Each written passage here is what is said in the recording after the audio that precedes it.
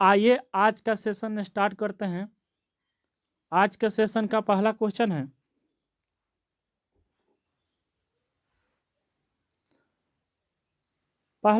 है, कि ताजमहल का निर्माण भारत और किस देश के विशेषज्ञों ने किया। तो ताजमहल का निर्माण भारत और किस देश के विशेषज्ञों ने किया।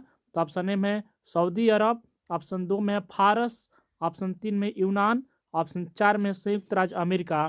तो ताजमहल का निर्माण भारत और किस देश के विशेषज्ञों ने किया था, तो मिलकर, तो इसका आंसर हो जाएगा ताजमहल का निर्माण भारत और फारस देश के विशेषज्ञों ने किया था। ऑप्शन 2 सही हो जाएगा, फारस इसका आंसर हो जाएगा। जो ताजमहल का निर्माण भारत और फारस देश के विशेषज्ञों ने मिलकर किया था, ऑप्शन 2 सही हो जाएगा, फारस इसका आंसर हो जाएगा। अगला क्वेश्चन देखते हैं।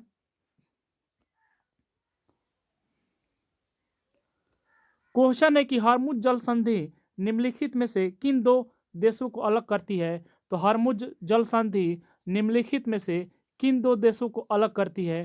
तो ऑप्शन ए में ओमान तथा फारस की खाड़ी, ऑप्शन 2 में ईरान तथा अफगानिस्तान, ऑप्शन 3 में बहरीन तथा कतर, ऑप्शन 4 में इराक तथा ईरान। तो हरमुज जल संधि किन दो देशों को अलग करती है। तो इसका आंसर हो जाएगा ओमान तथा फारस खाड़ी को अलग करती है। हरमुज जल संधि ओमान तथा फारस की खाड़ी को अलग करती है। ऑप्शन 1 सही हो जाएगा, ऑप्शन 1 सही हो जाएगा। जो हरमुज जल संधि ओमान तथा फारस की खाड़ी को अलग करती है, ऑप्शन 1 सही हो जाएगा। अगला क्वेश्चन देखते हैं। क्वेश्चन है कि अविश्वास प्रस्ताव द्वारा हटाए जाने वाले प्रथम प्रधानमंत्री निम्नलिखित में से कौन थे। तो अविश्वास प्रस्ताव के द्वारा हटाए जाने वाले प्रथम प्रधानमंत्री निम्नलिखित में से कौन थे। तो ऑप्शन ए में इंदिरा गांधी, ऑप्शन 2 में राजीव गांधी, ऑप्शन 3 में मोरारजी देसाई, ऑप्शन 4 में विश्वनाथ प्रताप सिंह। तो अविश्वास प्रस्ताव के द्वारा हटाए जाने वाले प्रथम प्रधानमंत्री कौन थे। तो इसका आंसर हो जाएगा विश्वनाथ प्रताप सिंह, इसका आंसर हो जाएगा। जो अविश्वास प्रस्ताव के द्वारा हटाए जाने वाले प्रथम प्रधानमंत्री विश्वनाथ प्रताप सिंह थे, ऑप्शन 4 सही हो जाएगा। जो अविश्वास प्रस्ताव के द्वारा हटाए जाने वाले प्रथम प्रधानमंत्री विश्वनाथ प्रताप सिंह थे, ऑप्शन 4 सही हो जाएगा। अगला क्वेश्चन देखते हैं।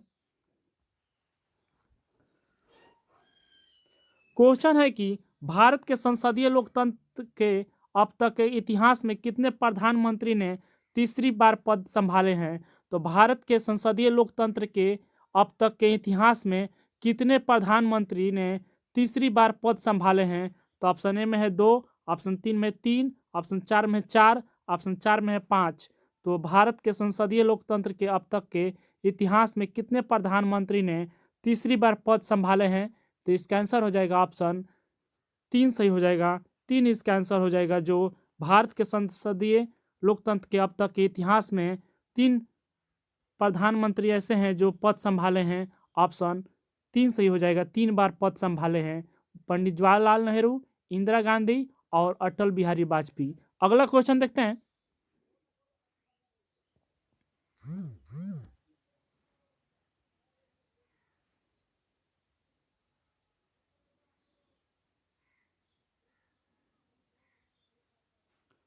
क्वेश्चन है कि किस प्रस्ताव को सरकार के विरुद्ध निंदा प्रस्ताव माना जाता है।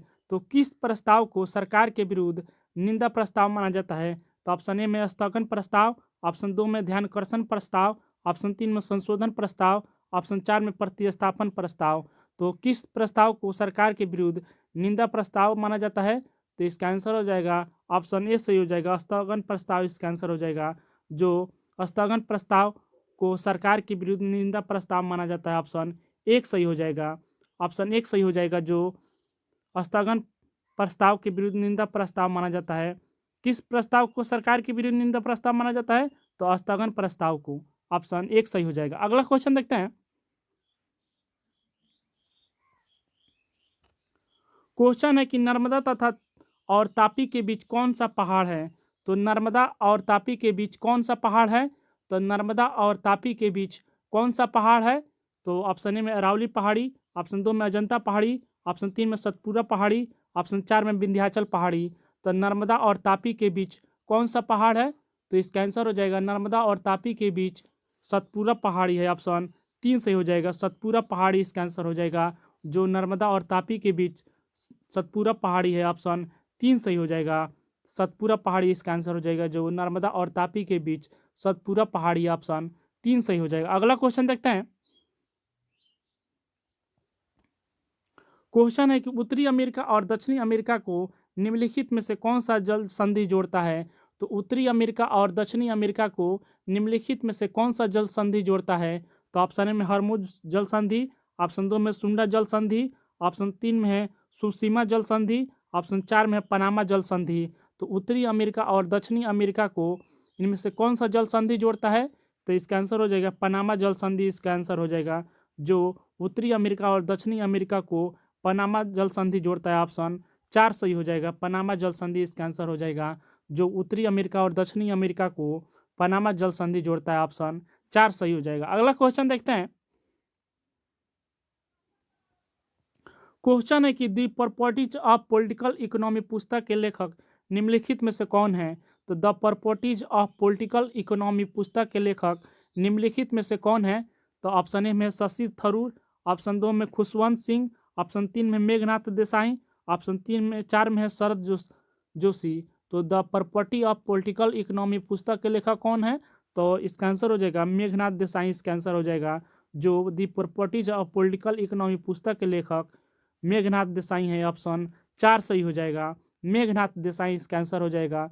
जो the properties of political economy पुस्तक के लेखक मेघनाथ देसाई है, ऑप्शन 4 सही हो जाएगा। अगला क्वेश्चन देखते हैं।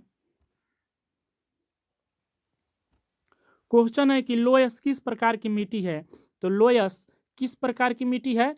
तो ऑप्शन ए में है पवन निक्षेपित, ऑप्शन 2 में है नदी निक्षेपित, ऑप्शन 3 में ज्वालामुखी, ऑप्शन 4 में काली मिट्टी। तो लोयस किस प्रकार की मिट्टी है। तो लोयस किस प्रकार की मिट्टी है। तो इसका आंसर हो जाएगा ऑप्शन ए सही हो जाएगा, पवन निक्षेपित। ऑप्शन ए सही हो जाएगा, पवन निक्षेपित मिट्टी है, ऑप्शन 1 सही हो जाएगा। लोयस एक पवन निक्षेपित मिट्टी है, ऑप्शन 1 सही हो जाएगा। अगला क्वेश्चन देखते हैं। क्वेश्चन है कि ग्लेशियर में बर्फ हमेशा निम्नलिखित में से कहाँ पिघलती है। तो ग्लेशियर में बर्फ हमेशा निम्नलिखित में से कहाँ पिघलती है। तो ग्लेशियर में बर्फ हमेशा निम्नलिखित में से कहाँ पिघलती है। तो ऑप्शन ए में ऊपरी सतह से, ऑप्शन 2 में सबसे निचली स्तर से, ऑप्शन 3 में बदलती रहती है, ऑप्शन 4 में मध्य की सतह से। तो ग्लेशियर में बर्फ हमेशा कहाँ पिघलती है। तो सबसे निचली स्तर से पिघलती है, ऑप्शन 2 सही हो जाएगा। सबसे निचली स्तर से ग्लेशियर में बर्फ हमेशा पिघलती रहती है, ऑप्शन 2 सही हो जाएगा। 2 इसका आंसर हो जाएगा। जो ग्लेशियर में बर्फ हमेशा सबसे निचली स्तर से पिघलती है, ऑप्शन 2 सही हो जाएगा। अगला क्वेश्चन देखते हैं। क्वेश्चन है कि उपग्रह की कक्षीय अवधि समानुपातिक होती है। तो उपग्रह की कक्षीय अवधि समानुपातिक होती है। तो उपग्रह की कक्षीय अवधि का समानुपातिक होती है।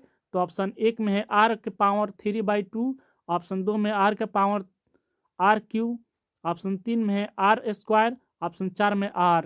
तो उपग्रह की कक्षीय अवधि समानुपातिक होती है। तो r के पावर 3/2 इसका आंसर हो जाएगा। जो उपग्रह की कक्षीय अवधि r के पावर 3/2 इसका आंसर हो जाएगा, ऑप्शन 1 सही हो जाएगा। अगला क्वेश्चन देखते हैं। क्वेश्चन है कि भटकल बंदरगाह निम्नलिखित में से किस राज्य में स्थित है। तो भटकल बंदरगाह निम्नलिखित में से किस राज्य में स्थित है। तो ऑप्शन ए में कर्नाटक, ऑप्शन 2 में महाराष्ट्र, ऑप्शन 3 में उत्तराखंड, ऑप्शन 4 में तमिलनाडु। तो भटकल बंदरगाह निम्नलिखित में से किस राज्य में स्थित है। तो भटकल बंदरगाह किस राज्य में स्थित है। तो इसका आंसर हो जाएगा कर्नाटक राज्य में स्थित है, ऑप्शन 1 सही हो जाएगा। कर्नाटक इसका आंसर हो जाएगा। जो भटकल बंदरगाह कर्नाटक राज्य में स्थित है, ऑप्शन 1 सही हो जाएगा। कर्नाटक इसका आंसर हो जाएगा। जो भटकल बंदरगाह कर्नाटक में स्थित है, ऑप्शन ए सही हो जाएगा। अगला क्वेश्चन देखते हैं। क्वेश्चन है कि निम्नलिखित में से किस देश के संसद का नाम नेशनल कांग्रेस है। तो निम्नलिखित में से किस देश के संसद का नाम नेशनल कांग्रेस है। तो ऑप्शन ए में चिली, ऑप्शन 2 में ब्राजील, ऑप्शन 3 में अर्जेंटीना, ऑप्शन 4 में नेशनल असेंबली। तो निम्नलिखित में से किस देश का संसद का नाम नेशनल कांग्रेस है।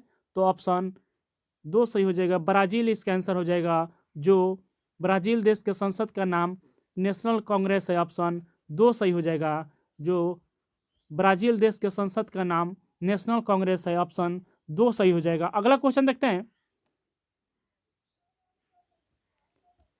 क्वेश्चन है कि एक समतल दर्पण की वक्रता त्रिज्या है, तो एक समतल दर्पण की वक्रता त्रिज्या क्या है?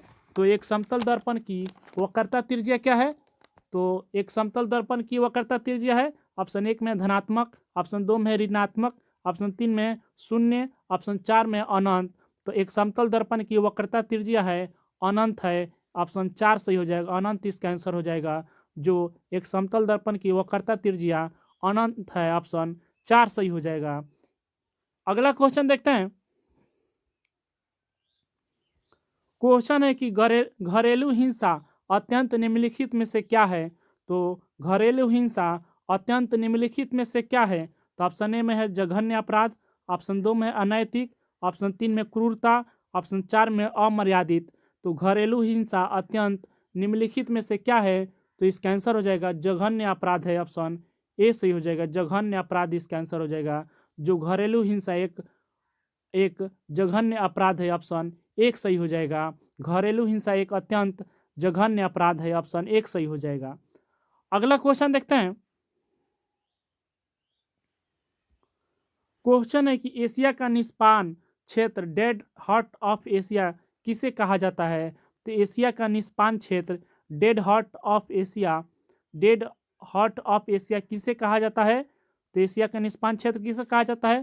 तो ऑप्शन ए में टुंड्रा क्षेत्र, ऑप्शन 2 में थार मरुस्थल, ऑप्शन 3 में पामीर क्षेत्र, ऑप्शन 4 में उत्तरी ध्रुव क्षेत्र। तो एशिया का निष्पान क्षेत्र किसे कहा जाता है? तो इसका आंसर हो जाएगा एशिया का निष्पान क्षेत्र किसे कहा जाता है?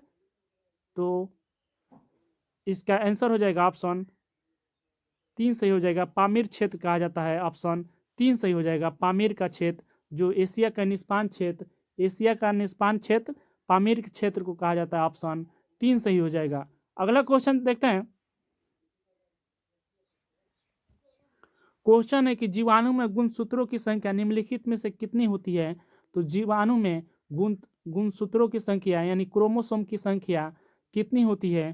तो ऑप्शन ए में 1, ऑप्शन 2 में 2, ऑप्शन 3 में 4, ऑप्शन 4 में है अनंत। तो जीवाणु में गुणसूत्रों की संख्या कितनी होती है? तो इसका आंसर हो जाएगा ऑप्शन 1 सही हो जाएगा। 1 होती है। जीवाणु में गुणसूत्रों की संख्या ऑप्शन 1 होती है, ऑप्शन 1 सही हो जाएगा। जो जीवाणु में गुणसूत्रों की संख्या 1 होती है, ऑप्शन 1 सही हो जाएगा। जीवाणु एक मुनेरा वर्ग का अंतर्गत होता है। जो गुणसूत्रों के नामकरण किसने किया था? तो डब्ल्यू वाल्डेयर ने किया था। गुणसूत्र का नामकरण किसने किया? तो डब्ल्यू वाल्डेयर ने। अगला क्वेश्चन देखते हैं। क्वेश्चन है कि राइट्स न्यूज एजेंसी निम्नलिखित में से किस किस देश की है? तो राइट न्यूज एजेंसी किस देश की है? तो ऑप्शन ए में है अमेरिका, ऑप्शन 2 में है ब्रिटेन, ऑप्शन 3 में रूस, ऑप्शन 4 में है जापान। तो राइट न्यूज एजेंसी है किस देश की? तो इसका आंसर हो जाएगा राइट्स न्यूज एजेंसी है किस देश की है? तो इसका आंसर हो जाएगा ब्रिटेन देश की, ऑप्शन 2 सही हो जाएगा। ब्रिटेन इसका आंसर हो जाएगा। जो राइट्स न्यूज एजेंसी ब्रिटेन देश की न्यूज एजेंसी है, ऑप्शन 2 सही हो जाएगा। ब्रिटेन इसका आंसर हो जाएगा। जो राइट्स न्यूज एजेंसी ब्रिटेन देश की है, ऑप्शन 2 सही हो जाएगा। अगला क्वेश्चन देखते हैं। क्वेश्चन है कि हशीश नामक ड्रग निम्नलिखित में से किन वृक्षों के फलों से बनाया जाता है? तो हशीश नामक ड्रग निम्नलिखित में से किन वृक्ष के फलों से बनाया जाता है? तो हशीश नामक ड्रग निम्नलिखित में से किन वृक्ष के फूलों से बनाया जाता है? तो ऑप्शन ए में है नीम, ऑप्शन 2 में हम्प या भांग, ऑप्शन 3 में गुलाब, ऑप्शन 4 में तुलसी। तो हशीश नामक ड्रग किन वृक्ष के फूलों से बनाया जाता है? तो इसका आंसर हो जाएगा ऑप्शन 2 सही हो जाएगा। हम हेम्प या भांग के वृक्ष के फूलों से बनाया जाता है, ऑप्शन 2 सही हो जाएगा। हशीश नामक ड्रग हेम्प या भांग के वृक्ष के फूलों से बनाया जाता है, ऑप्शन 2 सही हो जाएगा। अगला क्वेश्चन देखते हैं। क्वेश्चन है कि जसवंत एवं बसावन निम्नलिखित में से किसके दरबार के चित्रकार थे? तो जसवंत एवं बसावन निम्नलिखित में से किसके दरबार के चित्रकार थे? जसवंत एवं बसावन किसके दरबार के चित्रकार थे? तो ऑप्शन ए में जहांगीर, ऑप्शन 2 में अकबर, ऑप्शन 3 में हुमायूं, ऑप्शन 4 में है बाबर। तो जसवंत एवं बसावन किसके दरबार के चित्रकार थे? तो इसका आंसर हो जाएगा ऑप्शन 2 सही हो जाएगा, अकबर के दरबार के चित्रकार थे। ऑप्शन 2 सही हो जाएगा। जो जसवंत एवं बसावन अकबर के दरबार के चित्रकार थे। ऑप्शन 2 सही हो जाएगा। अगला क्वेश्चन देखते हैं। क्वेश्चन है कि विश्व विकास रिपोर्ट निम्नलिखित में से किस निकाय का वार्षिक प्रकाशन है? तो विश्व विकास रिपोर्ट निम्नलिखित में से किस निकाय का वार्षिक प्रकाशन है? तो विश्व विकास रिपोर्ट निम्नलिखित में से किस निकाय का वार्षिक प्रकाशन है? तो ऑप्शन एम है अंतर्राष्ट्रीय मुद्रा कोष, ऑप्शन 2 में वर्ल्ड बैंक, ऑप्शन 3 में संयुक्त राष्ट्र विकास कार्यक्रम, ऑप्शन 4 में अंकटाड। तो विश्व विकास रिपोर्ट किस निकाय का वार्षिक प्रकाशन है? तो इसका आंसर हो जाएगा वर्ल्ड बैंक। इसका आंसर हो जाएगा जो विश्व विकास रिपोर्ट जो विश्व विकास रिपोर्ट वर्ल्ड बैंक का एक वार्षिक प्रकाशन है। जो विश्व विकास रिपोर्ट कौन जारी करता है? तो वर्ल्ड बैंक जारी करता है। ऑप्शन 2 सही हो जाएगा। अगला क्वेश्चन देखते हैं। क्वेश्चन है कि काकरापारा परियोजना निम्नलिखित में से किस नदी पर स्थित है? तो काकरापारा परियोजना निम्नलिखित में से किस नदी पर स्थित है? तो काकरापारा परियोजना किस नदी पर स्थित है? तो ऑप्शन ए में ताप्ती नदी, ऑप्शन 2 में माही नदी, ऑप्शन 3 में है महानदी, ऑप्शन 4 में है मालप्रभा नदी। यहाँ पे मालप्रभा होगा, टीम के द्वारा मिस्टेक हो गया है तो सॉरी, मालप्रभा नदी। तो इसका आंसर हो जाएगा ऑप्शन ताप्ती नदी। इसका आंसर हो जाएगा जो काकरापारा परियोजना ताप्ती नदी पर स्थित है। ऑप्शन 1 सही हो जाएगा। काकरापारा परियोजना किस नदी पर स्थित है? तो ताप्ती नदी पर स्थित है। ऑप्शन 1 सही हो जाएगा। अगला क्वेश्चन देखते हैं। क्वेश्चन है कि सप्तरथ मंदिर निम्नलिखित में से सप्तरथ मंदिर का निर्माण पल्लव नरेश नरसिंहवर्मन प्रथम कहाँ पर करवाया? तो सप्तरथ मंदिर का निर्माण जो नरेश नरसिंहवर्मन प्रथम थे कहाँ पर करवाए थे? पल्लव नरेश थे। तो जो नरसिंहवर्मन प्रथम कहाँ पर करवाए थे सप्तरथ मंदिर का निर्माण? तो ऑप्शन ए में है महाबलीपुरम, ऑप्शन 2 में कांची, ऑप्शन 3 में है मदुरई, ऑप्शन 4 में उपयुक्त में से कोई नहीं। तो सप्तरथ मंदिर का निर्माण नरसिंहवर्मन ने कहाँ पर करवाए थे? तो इसका आंसर हो जाएगा ऑप्शन 1 सही हो जाएगा, महाबलीपुरम में करवाए थे। ऑप्शन 1 सही हो जाएगा, महाबलीपुरम इसका आंसर हो जाएगा। महाबलीपुरम इसका आंसर हो जाएगा। जो सप्तरथ मंदिर का निर्माण नरसिंहवर्मन प्रथम ने ही करवाया था। ऑप्शन 1 सही हो जाएगा। अगला क्वेश्चन देखते हैं। क्वेश्चन है कि तिलहन प्रौद्योगिकी मिशन की स्थापना निम्नलिखित में से कब हुई?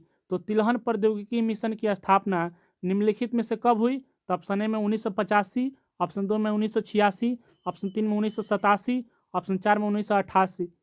तो तिलहन प्रौद्योगिकी मिशन की स्थापना कब हुई? तो इसका आंसर हो जाएगा 1986 ईस्वी में। तिलहन प्रौद्योगिकी मिशन की स्थापना 1986 ईस्वी में हुई। ऑप्शन 2 सही हो जाएगा, 2 इसका आंसर हो जाएगा। जो तिलहन प्रौद्योगिकी मिशन की स्थापना 1986 ईस्वी में हुई। ऑप्शन 2 सही हो जाएगा। अगला क्वेश्चन देखते हैं।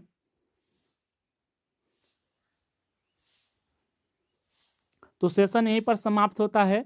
तो सेशन को लाइक जरूर करें, शेयर भी करें और चैनल को सब्सक्राइब जरूर करें ताकि टीम मोटिवेट होकर आपके लिए और बेहतर काम कर सके। Thank you for watching, keep learning.